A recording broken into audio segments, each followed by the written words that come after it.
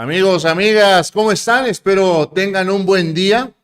Increíblemente, un ex rector de la UNAM sale en defensa de los privados y rechaza la reforma eléctrica del presidente Andrés Manuel López Obrador. ¿Cuánta razón tenía el presidente cuando hablaba de que había personajes, no todos, pero sí ya había personajes dentro de la UNAM que estaban más apegados al conservadurismo, al neoliberalismo, que a las libertades y a la defensa del pueblo? Esto lo está demostrando este ex rector de la UNAM, Francisco Barles, quien se aferró a que no se apruebe esta reforma eléctrica. Afortunadamente, un economista ahí presente levantó la mano, Donatiu Martínez, y lo puso en su lugar. Lo dejó, me atrevo a decir, hasta humillado a este rector. Vamos a ver el video. Hay dos factores que imponen la necesidad de revisar una y otra vez las reglas de operación de los sistemas eléctricos, por lo que su marco jurídico requiere gran flexibilidad. Los grandes avances de la tecnología que alteran de manera continua la conformación y la operación de los sistemas eléctricos y la imperiosa necesidad de detener el cambio climático que está obligando a todas las naciones del mundo a tomar medidas cada vez más radicales para sustituir las energías fósiles con energías limpias. Regresar a un modelo que pudo haber sido exitoso hace 60 años y dejarlo firmemente amarrado en el marco constitucional sería un gravísimo error de consecuencias incalculables. Significa encerrarlo en una caja fuerte que requiere de la mayoría calificada del Congreso para poderla volver a abrir. Siguiente, por favor. A continuación expongo 10 razones por las que no debe aprobarse la iniciativa de reforma constitucional. Primero, la respuesta es mucho más restrictiva para la participación del sector privado que el existente antes de la reforma anterior, sin que haya ningún estudio serio que demuestre que la inversión privada en este sector daña la economía nacional o perjudica a los usuarios, y hay muchos estudios que demuestran lo contrario. Segundo, cancela el derecho de los usuarios calificados de contratar y recibir electricidad de otras fuentes de suministro diferentes a la CFE, lo que necesariamente va en detrimento de la competitividad de la industria nacional. Y por otra parte, México, como la gran mayoría de los países del mundo, ya decidió en su legislación anterior que es absurdo utilizar recursos públicos que son de todos los mexicanos para suministrar energía a quienes se pueden valer por sí mismos. Resulta más absurdo todavía imponer un modelo de suministro único, sufragado con recursos públicos, a quienes requieren de energía más barata, más confiable o más limpia que la que le puede proporcionar la Comisión Federal de Electricidad. Tercero, a más de 800 centrales eléctricas en operación o en construcción, se les impone un cambio radical en su modelo de negocio, lo cual es violatorio de nuestro propio marco legal y de los acuerdos internacionales suscritos por nuestro país. Cuarto, cancela todos los permisos de generación y todos los contratos celebrados por la CFE, afectando a cientos de inversionistas nacionales y extranjeros. Un gran número de las empresas afectadas recurrirán a arbitrajes internacionales, dañando nuestra reputación. Todo el esfuerzo de este gobierno y de gobiernos anteriores por atraer inversiones lo estamos tirando por la borda. Quinto, cancela sin previa resolución judicial los derechos de los socios de más de 300 centrales legadas con permiso de autoabastecimiento que la CFE afirma que son ilegítimos, pero que nunca ha podido demostrarlo ante los tribunales. Siguiente, por favor.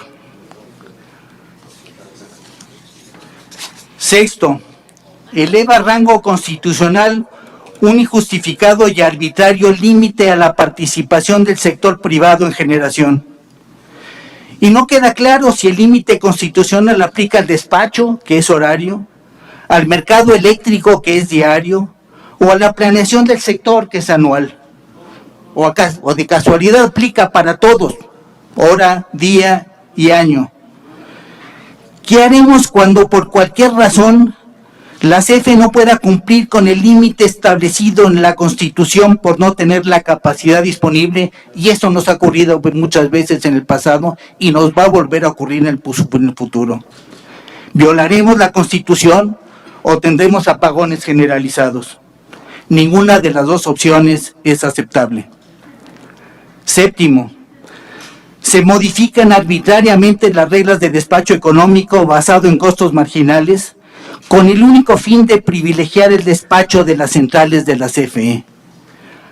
Al anteponer en el despacho económico a centrales más viejas, menos eficientes y más contaminantes de la CFE por delante de las centrales privadas, necesariamente se van a elevar los costos para el suministro básico y se van a incrementar las emisiones contaminantes al medio ambiente.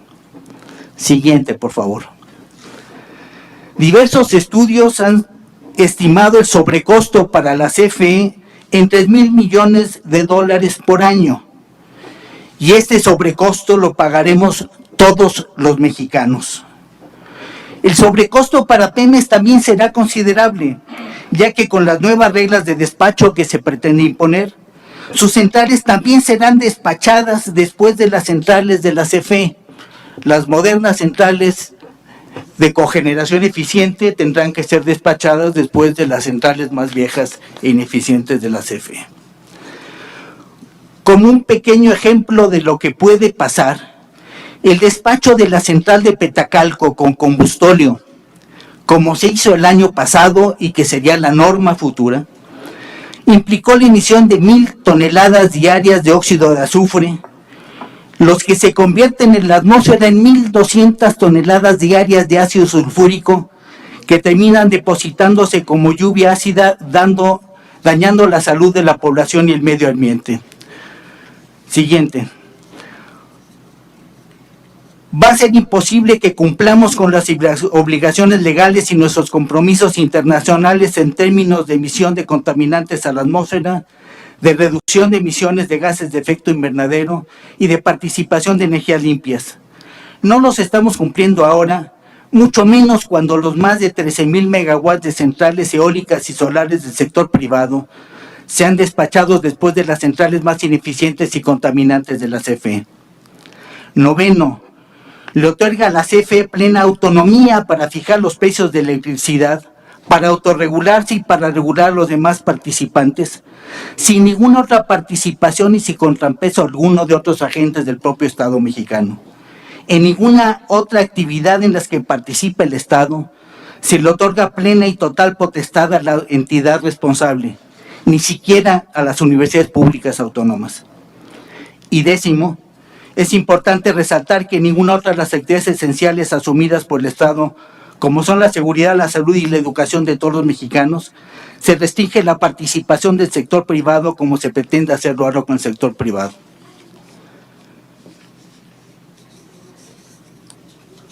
Y me salto la propuesta de 10 propuestas concretas para atender la demanda de fortalecimiento de nuestra demanda pública que no requieren modificaciones al marco constitucional, sino únicamente a la ley de la industria eléctrica, y se las dejo para los señores legisladores. Y quisiera terminar con la última lámina.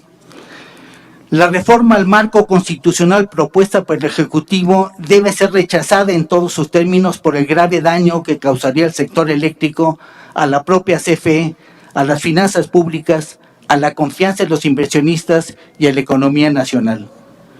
La mayoría de los reclamos atendibles que en su momento ha planteado la CFE pueden y deben ser atendidos a través de modificaciones a la ley de la industria eléctrica. Muchas gracias por su atención. Hablar resumir brevemente la historia de la industria eléctrica, si eso se puede hacer, lo voy a intentar al menos en 5 etapas. La primera, que va de finales del siglo XIX a 1910, donde hay una inversión de capital nacional muy marcada. La segunda, de 1910 a 1937, donde el capital mexicano se retira de la industria eléctrica y esta queda más que nada bajo el control de 2 empresas, la Mexican Light and Power Company de Canadá y la American and Foreign Power Company de Estados Unidos. que solo daban cobertura, hay que decirlo, al 50% de la población.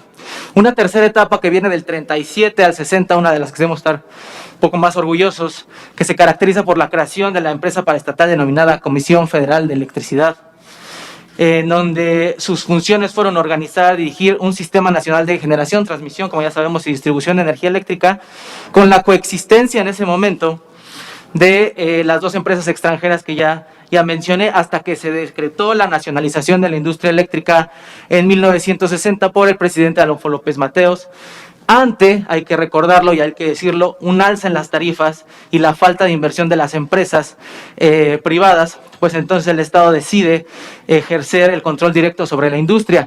Una situación que podrá parecernos lejana, porque estoy hablando de los 60s, pero cuyo ejemplo podemos ver el año pasado en Texas, donde los precios se dispararon precisamente y afortunadamente, al menos en nuestro caso, en México, tuvimos una empresa como la CFE que pudo responder en tiempo, ¿no?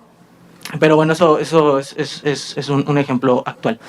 Otra cuarta etapa que va del 60 al 92, donde la CFE obtiene la transferencia de las dos empresas extranjeras a su control, lo que pasa a ejercer una suerte de monopolio integral, pero no quisiera decirlo así porque es el Estado, entonces pues no se puede hablar de monopolios estatales propiamente, pero esto es en el 75. Luego, en ese momento o a partir de entonces, la CFE logra una expansión territorial, logra interconectar el sistema a partir de la integración de todos los sistemas aislados que están en el país, salvo la península de Baja California, en donde se mantienen dos sistemas independientes. Igualmente unifica los ciclos y las frecuencias eléctricas en todos los sistemas y se logra un cubrimiento del servicio de arriba del 90%, ¿no?, de la población total. Todo esto se consiguió gracias a una política expansiva de gasto e inversión para satisfacer el crecimiento de la demanda eléctrica, como ya han expuesto también, como lo recuperan varios autores como Viqueira o como Braceda.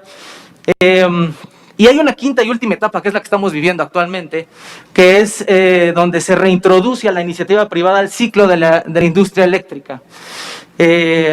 Con las reformas a la ley del servicio público de energía eléctrica, las empresas privadas pudieron nuevamente entrar a esta parte del proceso, a la generación de la energía eléctrica.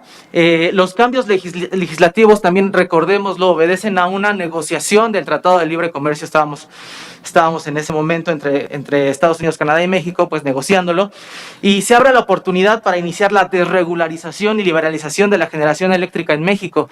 Y es bien importante recordar que en esa etapa de los 90s, no nada más en el país, ya habló el doctor Humberto sobre los procesos que iniciaron en Chile en los 80s con Pinochet, y es una suerte que sucede en toda América Latina, donde los gobiernos empiezan a buscar la desregularización, la liberalización del mercado, y donde a final de cuentas se busca menos Estado, porque ese era el paradigma en ese momento. El paradigma era menos Estado, porque el mercado puede resolver los problemas de la población. Mencionar también que en los 90s pues nosotros creamos el sistema de ahorro para el retiro, ¿no? Otra gran privatización que nos ha costado mucho a los mexicanos. Pero bueno, el gobierno mantiene entonces la red de transmisión, distribución y comercialización, permitiendo la generación de forma restringida a los privados, iniciando, eso sí, un cambio estructural en la política que hasta entonces habíamos tenido como país. Y en los años siguientes, la adición de capacidad instalada de generación privada se operacionalizó a través de tres esquemas fundamentales que seguramente ya conocen, que es el famoso CAT, construir, arrendar, transferir, donde el constructor lleva a cabo todas las inversiones que requiere el proyecto, al término lo entrega a la CFE para su operación mediante un contrato de arrendamiento financiero de largo plazo, y una vez concluido pues los activos son transferidos a la CFE. Viene otro, que es el que tal vez más daños nos ha hecho, el de los productores independientes de energía, donde el constructor realiza todas las inversiones que requiere el proyecto, y al término de la obra vende la energía a la Comisión Federal de Electricidad, ¿no? Luego viene también la obra pública financiada, la OPF, y donde el constructor ejecuta todas las inversiones, y al término de la obra la CFE liquida el total de las inversiones contratadas. Comenzando el siglo XXI, se prospecta la adición de la capacidad eléctrica de alrededor de 28,000 megawatts, de los cuales el 40% se encontraban o en ese momento en construcción o se concluirían en 2005. Pero derivado de las reformas del 92, esto es lo importante, los privados consiguieron casi inmediatamente el 14% de la capacidad instalada al 2000. El 14% en 8 años ya era generado por privados. Hoy en día, el sistema eléctrico nacional es alimentado el 38% por la CFE. Y la proyección que nos dan los economistas de la CFE es que al 2029 la generación de energía podría ser de únicamente el 16%. Cuando dicen que la CFE no está muriendo, están mintiendo, porque la fueron acabando poco a poco y ha estado muriendo poco a poco. Y esta reforma precisamente va a evitar o pretende evitar su muerte. Quería hablar un poco de los Piedregas, pero ahora que tengo la oportunidad de cerrar al menos esta primera etapa, quisiera tocar algunos puntos que se mencionaron también muy vehementemente, ¿no? De parte de los contras. Se dice, por ejemplo, que cientos de inversionistas van a ser afectados. No es cierto. Los que van a ser afectados van a ser pocos fondos de inversión.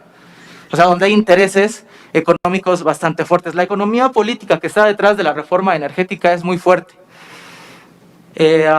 Hablar de la reforma anterior es hablar en pro de un modelo que ya fue votado en 2018, de un modelo económico que ha perdido ante la ciudadanía. Hablan de costos de $3,000 millones, algo así como 60,000 millones de pesos. Yo les recuerdo que el 45% de la capacidad de la CFE no es despachada, lo que le cuesta 215,000 millones de pesos cada año. Entonces, si hablamos de costos, por favor, pongámoslo en la balanza. ¿Cuál es más relevante? Pues la energía que no despacha la Comisión Federal de Electricidad. Y luego, para cerrar, que ya me queda un minuto, porque esto me llegó un poco, dice que como jóvenes, esta reforma no tiene visión de futuro. Pero la verdad es que esta reforma sí tiene visión de futuro y se va a llevar desde la Comisión Federal de Electricidad. Y la Comisión Federal de Electricidad no es un órgano aislado de la sociedad, es parte del Estado mexicano. La transición energética va a estar orientada desde la Comisión Federal de Electricidad y está en la reforma. Como joven y como padre de familia, yo me siento muy orgulloso de la reforma que está impulsando el presidente, con jubilados de la Comisión Federal de Electricidad y académicos destacados, no con funcionarios que trabajaron en un momento que el país quiere olvidar, ese momento del neoliberalismo que tanto daño no nos ha hecho nada más a nosotros. En Chile, el laboratorio del neoliberalismo en América Latina acaba de ganar la izquierda. Y eso no es coincidencia. Eso es porque la gente se ha dado cuenta que el modelo caducó y necesitamos otra cosa. Muchas gracias. Afortunadamente hay economistas, analistas, los propios diputados que en todos estos foros sobre la reforma eléctrica impulsada por el presidente Andrés Manuel López Obrador están defendiendo a capa y espada y están verdaderamente representando al pueblo de México. Amigos, amigas, muchas gracias por dar me gusta a este video y nos vemos en una próxima nota.